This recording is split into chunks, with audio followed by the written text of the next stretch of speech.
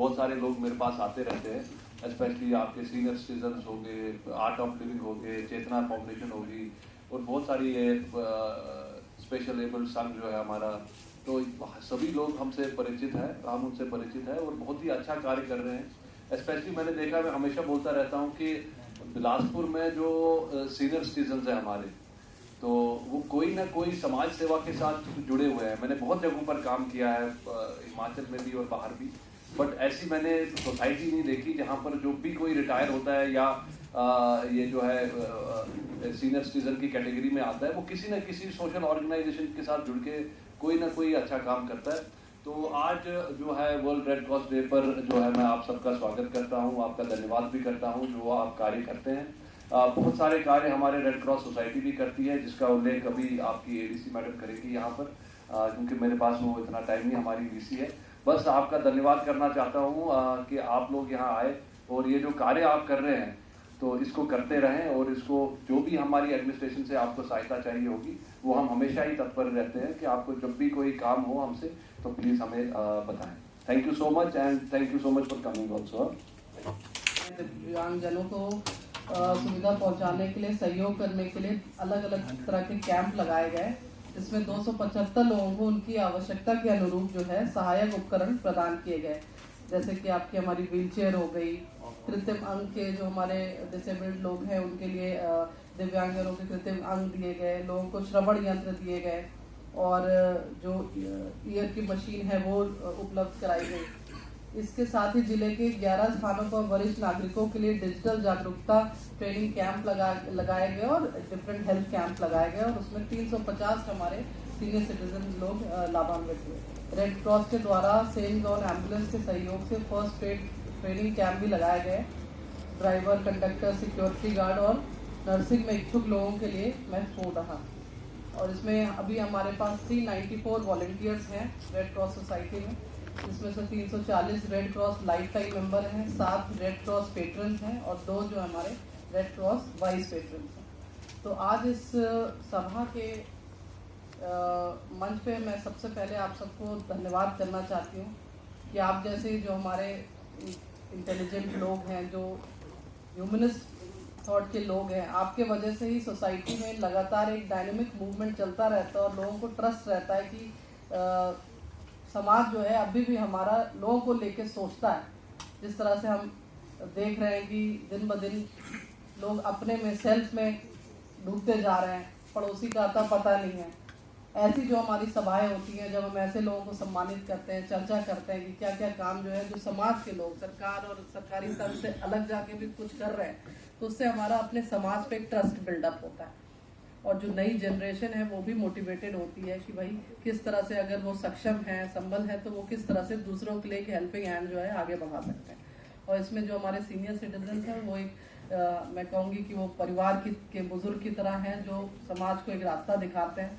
वो बहुत ही लंबा जो जीवन उनका होता है, बहुत ही चीज़ें उन्होंने देखी होती हैं, उसके अनुरूप वो हमारे लिए एक गाइडिंग लाइट की तरह होते हैं।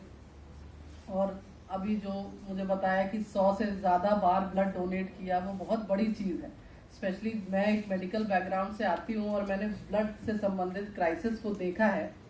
इस पर एक स्टोरी छोटी सी सुनाती हूँ, जिसमें एक समाज के ऊपर एक कटाक्ष भी है, और जो एक्सपीरियंस मेरा रहा है कि जब लेडीज, स्पेशली महिलाएं जब आती हैं और जब उनको ब्लड की ज़रूरत होती है, तो किस तरह आप जैसे लोग जो सोशल सर्विस में हैं, किस तरह आप विमेन एम्पावरमेंट को बढ़ाते हैं, उसका भी एक छोटा सा एग्जाम्पल आपको देती हूँ। शायद आपको पता नहीं चलता हो कि आप कितनी बड़ी मदद कर जाते हैं लोगों की। लोग रूटीन में लेते हैं कि हाँ ब्लड डोनेट कर दिया, बट जिसको मिल रहा है वही जानता है कि जीवन दान क्या होता है, और सही समय पे मिल जाना वो सच में एक बहुत बड़ा जीवन दान है, कि वहाँ डॉक्टर्स भी सरेंडर कर जाते हैं कि बिना ब्लड के होना क्या है। तो जब प्रेग्नेंट लेडीज आती थी, जब मैं बनारस में काम करती थी, और 4 ग्राम हीमोग्लोबिन, 5 ग्राम हीमोग्लोबिन के साथ रात में 12 बजे 2 बजे आते थे परिवार के साथ, सो कॉल्ड परिवार के साथ, सास है, बहू है, पूरा फैमिली है ससुराल की, और 4 ग्राम मरीज के शरीर में खून है। फिर जब आप खून मांगो तो सास को चक्कर आ जाते थे, पति, उनका बेटा कमजोर हो जाता था, परिवार में सारे लोग बीमार हो जाते थे। मतलब एक महिला को खून देने के लिए उसके परिवार के लोग इतने बहाने कर सकते हैं कि आप सोच नहीं सकते। और एज अ डॉक्टर हमारे पसीने छूट जाते हैं कि भाई ब्लड कैसे अरेंज किया जाए जब कोई ब्लड देने कोई रेडी नहीं है, क्योंकि हॉस्पिटल का भी नियम होता है कि भाई डोनेट करो तो फिर आप अपने ब्लड ग्रुप का ब्लड पाओ, एटलीस्ट 1 यूनिट तो दो। अब मरीज को 4 ग्राम मरीज को तो कम से कम 3-4 यूनिट तो लगनी है, एक भी बंदा खून देने को रेडी नहीं है। उनकी अलग धारणा है, नहीं हमारा बेटा कमजोर हो जाएगा, हम तो बूढ़े हैं, ससुर बूढ़े हैं, बेटी हमारी बीमार। तो आप देखिए कि कितना प्रॉब्लम हो सकती है, स्पेशली लेडीज को, जो प्रेग्नेंट लेडीज। तो ऐसे में फिर हमारे डोनर्स ही काम आते हैं, उनके द्वारा डोनेटेड ब्लड से ही फिर हम ऐसे केसेस में देते हैं जहाँ पे डोनेशन के लिए कोई है ही नहीं। फिर ऐसे कुछ लोग आते हैं जो आप कह दो डेस्टिट्यूट्स हैं, जिनको कि सबने अबैंडन कर दिया फैमिली ने। ऐसी भी महिलाएं आती थी जब मैं दिल्ली में थी, तो उनके तो परिवार ही नहीं होता था बेचारों को, उनसे ब्लड किस मुंह से आप मांगोगे, वो खुद ही ब्लड के उसमें। तब ऐसे हम, तो वही आपका जो रोल है ये बहुत बड़ा रोल है। जब आप डोनेट करते हैं तो आप एकदम जरूरतमंद आदमी को सीधा हिट करते हैं, और एकदम उसके कह लीजिए जीवन मरण के बीच में जो लाइन है, आप उस लाइन रेखा पार करने से अगर कोई रोकता है तो यही समाज की सोसाइटीज हैं। आप ही तरह के जो महापुरुष लोग हैं यहाँ पे बैठे, जो इस बात को अपनी जिम्मेदारी, नैतिक जिम्मेदारी जो आजकल के समाज में लोग, मुझे नहीं लगता कि इतने जिम्मेदारी से लेते हैं इस बात को, कि हमारी रिस्पॉन्सिबिलिटी है कि अगर हम हेल्दी एडल्ट हैं तो हम टाइम पे साल में एटलीस्ट 1-2 बार ब्लड अपना डोनेट करें। ठीक है, इसी तरह हमारा बीइंग अ मेडिको ऑब्वियसली मेरा रहता है कि ऑर्गन डोनेशन के लिए भी हमारे कंट्री में अवेयरनेस बढ़नी चाहिए। तो आप जैसे जो हमारे इंटेलेक्चुअल क्लास यहाँ बैठा है, बुद्धिजीवी लोग जो बैठे हैं, जो समाज के प्रति सोच रखते हैं, तो एक स्टेप आगे बढ़ के एक ये भी हमें ट्रेंड शुरू करना चाहिए कि जरूरतमंद लोग जो हमारे भारत में हैं, तो ऑर्गन डोनेशन के प्रति भी एटलीस्ट सोचना और बात करना शुरू कर सकते हैं। उसके आगे तो लंबी जर्नी होती है। तो ये आप सबके जितने भी काम हैं ये बहुत सराहनीय है। दूसरा जो इशू है जिले में, वो भी हम थोड़ा सा इसमें डिस्कस करना चाहते हैं कि नशे की तरफ जो है हमारे बच्चों का झुकाव बहुत ज़्यादा बढ़ता जा रहा है, और ये बहुत चिंता का विषय है हम सब के लिए, क्योंकि वो पूरे जनरेशन को ख़राब कर देता है। ना कि उस बच्चे को, बल्कि उस माँ बाप को भी तोड़ता है जिसने बड़ी मेहनत से बच्चों को वहाँ तक पाल पोस के उस उम्र तक पहुँचाया है। तो ये 2-3 जनरेशन को प्रभावित करता है। तो यहाँ पे जितने बुद्धिजीवी लोग बैठे हैं, जो सक्षम हैं, जिनके ग्रुप सक्षम हैं, जो रिटायर्ड हो गए, जिनके पास समय है, वो कुछ अपने समाज के छोटे छोटे लेवल पे ये मुहिम चलाएं कि इसका स्टिग्मा नशे का थोड़ा खत्म हो।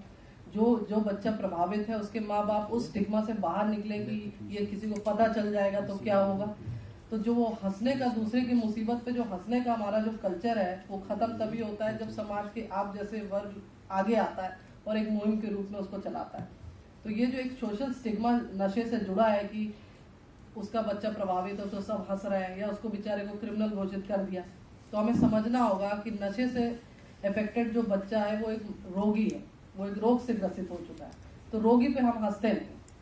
तो इसीलिए हमें ये समाज में आपके माध्यम से ये संदेश देना है।